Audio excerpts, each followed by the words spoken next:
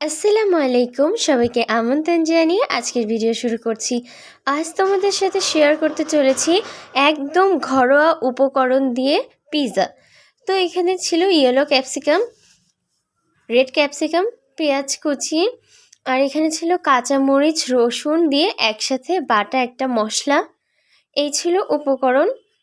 এবারে ক্যাপসিকামগুলোকে হালকা ভেজে নেব, কারণ এইভাবে দিলে কিন্তু ক্যাপসিকামের একটা ঝাঁঝালো ভাব থাকে, আর একটু ভেজে নিলে কিন্তু এটা দারুণ একটা ফ্লেভার পাওয়া যায়। সামান্য লবণ দিয়ে ক্যাপসিকামগুলোকে ভালোভাবে ভেজে নিচ্ছি।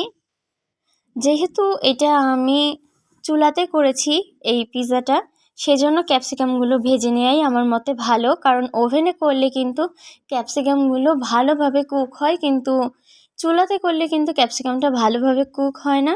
এই কারণেই এটা করে নিয়েছি, তোমরা চাইলে করে নিতে পারো।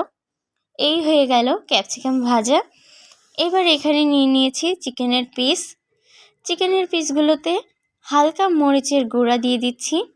মরিচের গুঁড়াটা দিয়ে দিব স্বাদ মতো লবণ, দিয়ে ভালোভাবে মাংসগুলোকে ম্যারিনেশন করে নিচ্ছি।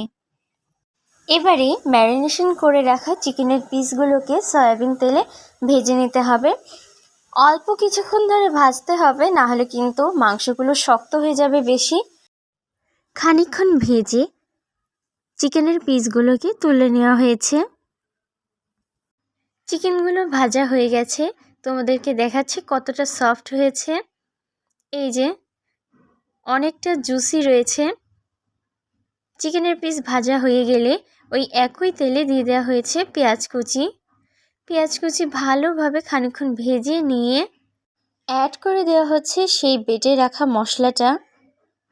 এবারে সব কিছু লবণ দিয়ে ভালোভাবে ভেজে নিতে হবে। মশলা থেকে তেল ঝরতে শুরু হলে অ্যাড করে দিতে হবে হলুদের গুঁড়া আর ধনিয়া গুঁড়া। যেহেতু এখানে কাঁচামরিচ বাটা দেওয়া হয়েছে, তাই এখানে শুকনো মরিচের গুঁড়া দেওয়া হচ্ছে না। আর এই মশলাটা ভালোভাবে কষিয়ে নিয়ে তুলে নিতে হবে। এখানে কোনো পানি অ্যাড করা যাবে না, মশলাটা একদমই শুকনো থাকবে। এদিকে মশলা রেডি হয়ে গেলে তৈরি করে নিতে হবে সেই পিৎজার ডোটা। এবারে ফ্রাই প্যানে, যেহেতু আমি তোমাদের বলেইছি যে আজকে চুলায় তোমাদের পিৎজা তৈরি করে দেখাবো, সেই জন্য ফ্রাই প্যানে তেল ব্রাশ করে তাতে পিৎজার ডোটা দিয়ে কাঁটা চামচ দিয়ে ফুটো করে নিচ্ছি। পুরো পিৎজাটা ভালোভাবে সেট করে নেওয়ার পরেই এখানে অ্যাড করে দেব টমেটো সস।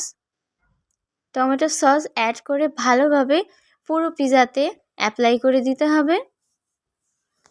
পুরো পিৎজাতে অ্যাপ্লাই করার পর এখানে অ্যাড করে দিচ্ছি ঘরে তৈরি করা চিজ।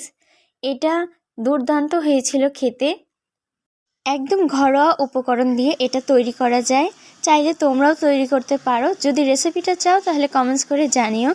এবারে অ্যাড করে দিচ্ছি সেই মশলাটা, যে মশলাটা পেঁয়াজ আর ওই বাটা মশলা দিয়ে তৈরি করা হয়েছিল। তারপরেই দিয়ে দেওয়া হলো ক্যাপসিকামগুলো। ক্যাপসিকামগুলো সেট করে দেওয়ার পরেই অ্যাড করে দিতে হবে এখন চিকেনের পিসগুলো। চিকেনের পিসগুলো একে একে দিয়ে দিচ্ছি। চিকেনের পিসগুলো দেওয়া হয়ে গেলে সব কিছু ভালোভাবে সেট করে নিতে হবে। সেট করে নিয়ে অ্যাপ্লাই করে দেওয়া হচ্ছে আবারও কিছু সস। সব কিছু দেওয়া হয়ে গেলে যখন এটা চুলাতে দেওয়া হবে তখন কিন্তু ঢাকনা দিয়ে দিতে হবে। আর যদি ঢাকনায় কোনো ছিদ্র থাকে তাহলে ছিদ্রটা বন্ধ করে দিতে হবে, যাতে কোনো বাষ্প বের হতে না পারে। আর এই পিৎজাটা তৈরি করার জন্য কিন্তু গ্যাসের ফ্লেমটা লো আর হাই দিতে হবে। মাঝে মধ্যে হালকা কিছুক্ষণ লোতে রাখতে হবে, আর হালকা কিছুক্ষণ হাইতে রাখলেই কিন্তু পিৎজাটা তৈরি হয়ে যাবে। এই যে দেখো আমাদের পিৎজাটা কতটা লোভনীয় হয়েছে, আর অনেক জুসিও ছিল, আর চিজগুলো খুবই সুন্দর ছিল। আর আমি নিজেও অবিশ্বাস্য হয়ে গিয়েছিলাম যে এতটা টেস্টি হবে ঘরে তৈরির পিৎজা। ভিডিওটি ভালো লাগলে লাইক, কমেন্ট, শেয়ার আর সাবস্ক্রাইব করে পাশে থেকো। ফেসবুক থেকে দেখলে ফলো করো। আজ এই পর্যন্তই, আবারও নতুন এক ভিডিও নিয়ে তোমাদের মাঝে হাজির হব। সবাই ভালো থেকো। আল্লাহ হাফেজ।